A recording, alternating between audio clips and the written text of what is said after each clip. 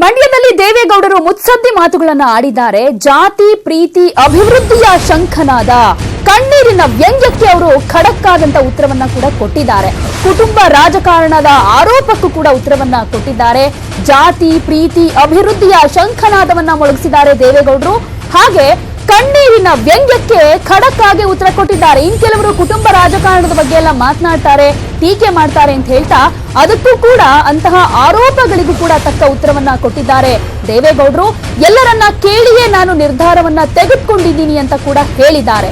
ಇನ್ನು ನಿಖಿಲ್ ಕುಮಾರಸ್ವಾಮಿ ಅಖಾಡಕ್ಕೆ ಇಳಿದ ಕಥೆಯನ್ನ ಕೂಡ ದೇವೇಗೌಡರು ಹೇಳಿದ್ದಾರೆ. ಮೋದಿ ನಾಯಕತ್ವಕ್ಕೆ ದೇವೇಗೌಡರು ಟಾಂಗ್ ಅನ್ನ ಕೂಡ ಕೊಟ್ಟಿದ್ದಾರೆ. ದಲಿತರ ಮೇಲಿನ ದೌರ್ಜನ್ಯವನ್ನ ಈ ಸಂದರ್ಭದಲ್ಲಿ ಅವರು ಪ್ರಸ್ತಾಪ ಮಾಡಿದ್ದಾರೆ. ಜೊತೆಗೆ ನಿಖಿಲ್ ಕುಮಾರಸ್ವಾಮಿಯ ರಾಜಕೀಯ ಎಂಟ್ರಿ ಬಗ್ಗೆ ಕೂಡ ಮಾತನಾಡಿದ್ದಾರೆ. ದಲಿತರ ಮೇಲಿನ ದೌರ್ಜನ್ಯವನ್ನ ಅವರು ಪ್ರಸ್ತಾಪ ಮಾಡಿದ್ದಾರೆ. ಹಾಗೇನೆ ಮುಸ್ಲಿಮರ ಮೇಲಿನ ದೌರ್ಜನ್ಯವನ್ನ ಕೂಡ ಇಲ್ಲಿ ಪ್ರಸ್ತಾಪ ಮಾಡಿದ್ರು ದೇವೇಗೌಡರು.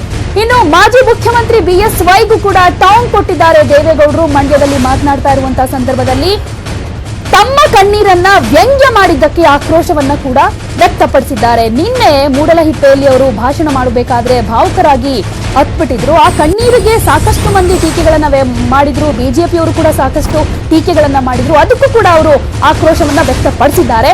ಹೆಸರನ್ನ ಹೇಳದೆ BSYಗೆ ಟಾಂಗ್ ಕೊಟ್ಟಿದ್ದಾರೆ. ಇನ್ನು ಸಿದ್ದರಾಮಯ್ಯ, ಮಿರಾಜುದ್ದೀನ್ ಇಬ್ರಾಹಿಂ ಹೆಸರನ್ನು ಕೂಡ ಇಲ್ಲಿ ಪ್ರಸ್ತಾಪ ಮಾಡಿದ್ರು.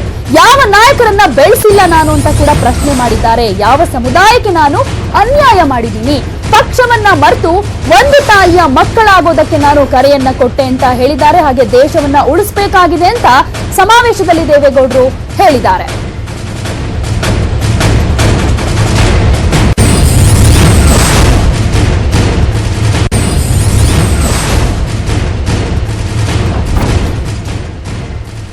ಮೂರು ರಾಜ್ಯಗಳಲ್ಲಿ ಬಿಜೆಪಿಯಿಂದ ಅಧಿಕಾರವನ್ನು ಕಿತ್ತು ಕಾಂಗ್ರೆಸ್ ಕೈಗೆ ಕೊಡತಕ್ಕಂಥ ಒಂದು ರಾಷ್ಟ್ರೀಯ ಮಟ್ಟದಲ್ಲಿ ನಡೆದಂಥ ಬೆಳವಣಿಗೆ. 17 ರಾಜ್ಯದಲ್ಲಿ ಭಾರತೀಯ ಜನತಾ ಪಾರ್ಟಿ ಮೋದಿಯವರು ಕಾಂಗ್ರೆಸ್ ಮುಕ್ತ ಭಾರತ ಮಾಡ್ತೇನೆ, ಬಹಳ ಬಹಳ ಬಹಳ ಲೋಕಸಭೆಯಲ್ಲಿ ಬಹಳ ಅವರ ಮನಸ್ಸಿನ ಆಕ್ರೋಶ, ಕಾಂಗ್ರೆಸ್ ಮುಕ್ತ ಭಾರತ ಮಾಡ್ತೇನೆ, ಇದೆಲ್ಲವನ್ನೂ ನಾನು ನೋಡ್ತಾ ಇದ್ದೆ. ದಯಮಾಡಿ ತಪ್ಪು ತಿಳ್ಕೊಳ್ಬೇಡಿ. ಯಾರ ಕೈಲೂ ಯಾರನ್ನೂ ಮುಗಿಸ್ಲಿಕ್ಕೆ ಆಗೋದಿಲ್ಲ. ನಾನು ಮುಖ್ಯಮಂತ್ರಿ ಆಗುವಾಗ ಗಲಾಟೆ ಆಗೋಯ್ತು. ಏನು ಒಂದು 2 ಲಕ್ಷ ಜನದ ಮೇಲೆ ಸೇರಿದ್ದಾರೆ, 2 ಲಕ್ಷ ಜನ ಮೇಲೆ ಸೇರಿದ್ದಾರೆ. ಅದು ಹೊಡೆದಾಟ. ಇಲ್ಲಿ ಅಂಬುಜಮ್ಮ ಎಲ್ಲೋ ಆ ಕಡೆ ಕೂತಿರ್ಬೇಕು. ನಮ್ಮ ಗೌಡು ನನಗೆ ಮುಖ್ಯಮಂತ್ರಿ ಆಕೆ ಈ ಒಂದು ಗೊಂದಲಿಸಿದೆ. ಹೊಡೆದು ಎಲ್ಲರಿಗೂ ಹೊಡೆದು, ಚಿಕ್ಕದವ್ರಿಗೆಲ್ಲ ಹೊಡೆದು. ಅದು ಬೆಳಿಗ್ಗೆ ದೊಡ್ಡದಾಗಿ ಪೇಪರ್ಲಿ ಬಂದು. ಅಂದರೆ ಪ್ರತಿ ಹಂತದಲ್ಲಿ ಸಾಮಾನ್ಯವಾದ ಜನ ಆದರೂ ದೇವೇಗೌಡನ ಬಿದ್ದಾಗ ಎತ್ಕೊಳ್ಳುವಂಥ ಒಂದು ಸೌಜನ್ಯತೆ ಇರತಕ್ಕಂಥ ಈ ಜಿಲ್ಲೆ ಇದು. ಮಂಡ್ಯದಲ್ಲಿ ಮೈತ್ರಿಕೂಟದ ಅಭ್ಯರ್ಥಿ ನಿಖಿಲ್ ಕುಮಾರಸ್ವಾಮಿ ಅಂತ ಘೋಷಣೆ ಮಾಡಿ ಆಗಿದೆ. ದೊಡ್ಡ ಮಟ್ಟದಲ್ಲಿ ಸಮಾವೇಶವನ್ನ ಕೂಡ ಮಾಡಿ ಈಗಾಗಲೇ ದೇವೇಗೌಡರು, ಕುಮಾರಸ್ವಾಮಿ ಹಾಗೆ ನಿಖಿಲ್ ಕುಮಾರಸ್ವಾಮಿ, ಜೆಡಿಎಸ್ನ ಅನೇಕ ನಾಯಕರು ಕೂಡ ಮಾತನಾಡಿದ್ರು. ಈ ಕುರಿತಾಗಿ ಮತ್ತಷ್ಟು ಡೀಟೇಲ್ಸ್ ಅನ್ನು ಕೊಡ್ತಾರೆ ನಮ್ಮ reporter Chidanand Patel. News desk ನಿಂದ ನೇರ ಸಂಪರ್ಕದಲ್ಲಿದ್ದಾರೆ. ಚಿದಾನಂದ್ ಪಟೇಲ್, ಇವತ್ತು ದೇವೇಗೌಡರು ಹಾಗೇನೆ ಕುಮಾರಸ್ವಾಮಿ ಸಾಕಷ್ಟು ವಿಚಾರಗಳನ್ನ ಪ್ರಸ್ತಾಪ ಮಾಡಿದ್ರು. ನಿಖಿಲ್ ಕುಮಾರಸ್ವಾಮಿಗೆ ಯಾಕೆ ಟಿಕೆಟ್ ಕೊಟ್ವಿ ಅನ್ನುವಂತ ವಿಚಾರದಿಂದ ಹಿಡಿದು ಅನೇಕ ವಿಚಾರಗಳನ್ನ ಹೇಳಿದ್ರು. ಅದರ ಮೇನ್ ಹೈಲೈಟ್ಸ್ ಅಂತ ನೋಡ್ತಾ ಹೋದ್ರೆ ಯಾವುದು ತುಂಬಾ ಹೆಚ್ಚು ಗಮನ ಸೆಳೆದಿದ್ದು ಅಂತ? ಪ್ರತಿಮಾ, ಮಂಡ್ಯದಲ್ಲಿ ಇವತ್ತು ಮಾಜಿ ಪ್ರಧಾನಿ HD ದೇವೇಗೌಡರು ತಮ್ಮ ಪ್ರೀತಿಯ ಮೊಮ್ಮಗ ನಿಖಿಲ್ ಕುಮಾರಸ್ವಾಮಿಯನ್ನ ಪೊಲಿಟಿಕಲ್ ಅರಂಗೇಟ ಮಾಡಿದ್ರು. ಸುಮಾರು 4 ಗಂಟೆಗಳ ಕಾಲ ನಡೆದಂತ ಕಾರ್ಯಕ್ರಮದಲ್ಲಿ ಸುಮಲತಾ ಎಂಬ ಬಿರುಗಾಳಿ ನಡುವೆ ನಿಖಿಲ್ ಎಂಬ ಸುಂಟರ್ ಗಾಳಿಯನ್ನ ಯಾಕೆ ಗೆಲ್ಲಿಸಬೇಕಂತ ಹೇಳಿ ಎಣ, ಹಣ ಮತ್ತು ಋಣ ಈ 3 ಸಬ್ಜೆಕ್ಟ್ ಇಟ್ಕೊಂಡು ದೇವೇಗೌಡರು ಮತ್ತು ಮುಖ್ಯಮಂತ್ರಿ HD ಕುಮಾರಸ್ವಾಮಿ ಅವರು ನಿರರ್ಗಳವಾಗಿ ಮಾತನಾಡಿದ್ರು. ಭಾವನಾತ್ಮಕವಾಗಿ ಮಂಡ್ಯದ ಜನತೆಯನ್ನ ಮತಗಳಾಗಿ ಪರಿವರ್ತಿಸಲು ಪ್ರಯತ್ನವನ್ನ ಮಾಡಿದ್ರು.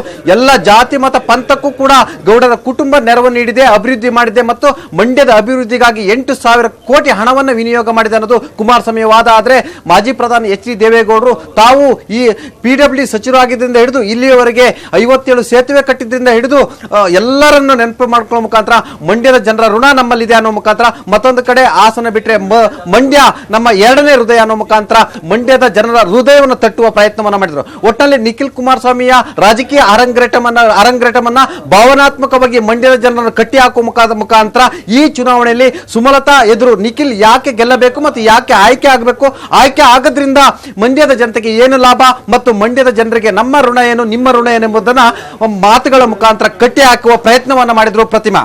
ಇನ್ನೊಂದು ವಿಚಾರ, ಚಿದಾನಂದ್ ಪಟೇಲ್ ಇಲ್ಲಿ ಮಾತಿಗೂ ಅಂಬರೀಶ್ ಜಪ ಮಾಡ್ತಾ ಇದ್ರು ಕುಮಾರಸ್ವಾಮಿ ಅವರು. ಅವರ ಪಾರ್ಥಿವ ಶರೀರವನ್ನ ಇಲ್ಲಿಗೆ ತಗೊಂಡ್ಬಂದು ಇರೋ ವಿಚಾರ ಆಗಿರ್ಬೋದು, ಜೊತೆಗೆ ಅವರ ಜೊತೆ ಇದ್ದಂತ ಒಡನಾಟ ಆಗಿರ್ಬೋದು, ಸುಮಲತಾ ಅವರು ಎಲೆಕ್ಷನ್ಗೆ ನಿಲ್ಲುವಂತ ವಿಚಾರದಲ್ಲಿ ಯಾವ ರೀತಿ ಫೈಟ್ ಮಾಡ್ತಾ ಇದ್ದಾರೆ ಅನ್ನುವಂತ ವಿಚಾರ ಆಗಿರ್ಬೋದು, ಇದನ್ನ ಯಾವ್ಯಾವ ರೀತಿಯಲ್ಲಿ ಪ್ರಸ್ತಾಪ ಮಾಡಿದ್ರು?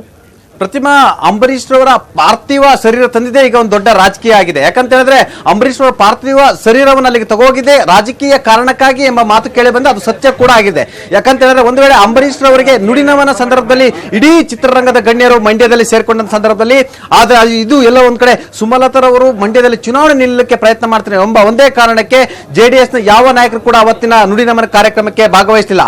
ಆ ಮುಖಾಂತರ ಅಲ್ಲಿ ಅಂಬರೀಶ್ ರವರ ಪಾರ್ಥಿವ ಶರೀರದ ಮುಂದೆ ರಾಜಕೀಯ ಮಾಡಲು ಕೆಲವರು ತಯಾರಾಗಿದ್ದಾರೆ ಅನ್ನೋದು ಸೂಕ್ತ, ಅದು ಸ್ಪಷ್ಟವಾಗಿತ್ತು. ಆದ್ರೆ ಅದನ್ನ ಈಗ ಮತ್ತೆ ಮುಖ್ಯಮಂತ್ರಿ ಎಚ್ ಡಿ ಕುಮಾರಸ್ವಾಮಿ ಸ್ಪಷ್ಟಪಡಿಸಿದ್ದಾರೆ. ಯಾಕಂತ ಹೇಳಿದ್ರೆ ಅಂಬರೀಶ್ ರವರು ಅಜಾತ ಶತ್ರುವಾಗಿದ್ರು ಮತ್ತು ರಾಜ್ಯದ ಬಹುದೊಡ್ಡ ಒಬ್ಬ ನಾಯಕ ನಟರಾಗಿದ್ರು, ಎಲ್ಲರ ಪ್ರೀತಿ ಪಾತ್ರ ನಟರಾಗಿದ್ರು. ಆದ್ರೆ ಇವತ್ತು ಮಂಡ್ಯ ಅನ್ನೋ ಹೆಸರಿಗೆ ಪ್ರಮುಖ ಕಾರಣ ಆಗಿರ್ತಕ್ಕಂಥ ಅಂಬರೀಶ್ ಅವರು. ಆದ್ರೆ ಕುಮಾರಸ್ವಾಮಿ ಅವರು ಮಂಡ್ಯದ ಜನತೆಗಾಗಿ ನಾನು ಪಾರ್ಥಿವ ಶರೀರವನ್ನ ಮಂಡ್ಯಕ್ಕೆ ತಂದೆ, ಅದು ನನ್ನ ಎಳದ ಋಣ ಅನ್ನೋ ಒಂದು ಮಾತನ್ನ ಹೇಳಿದ್ರು. ಆ ಮುಖಾಂತರ ಸುಮಲತಾ ಅವರಿಗೆ ತಿರುಗೇಟನ್ನು ಕೊಟ್ಟರು ಅಂತಲೇ ಹೇಳ್ಬೋದು ಪ್ರತಿಮಾ. ಧನ್ಯವಾದ ಚಿದಾನಂದ್ ಪಟೇಲ್ ತಮ್ಮೆಲ್ಲ ಮಾಹಿತಿಗೆ.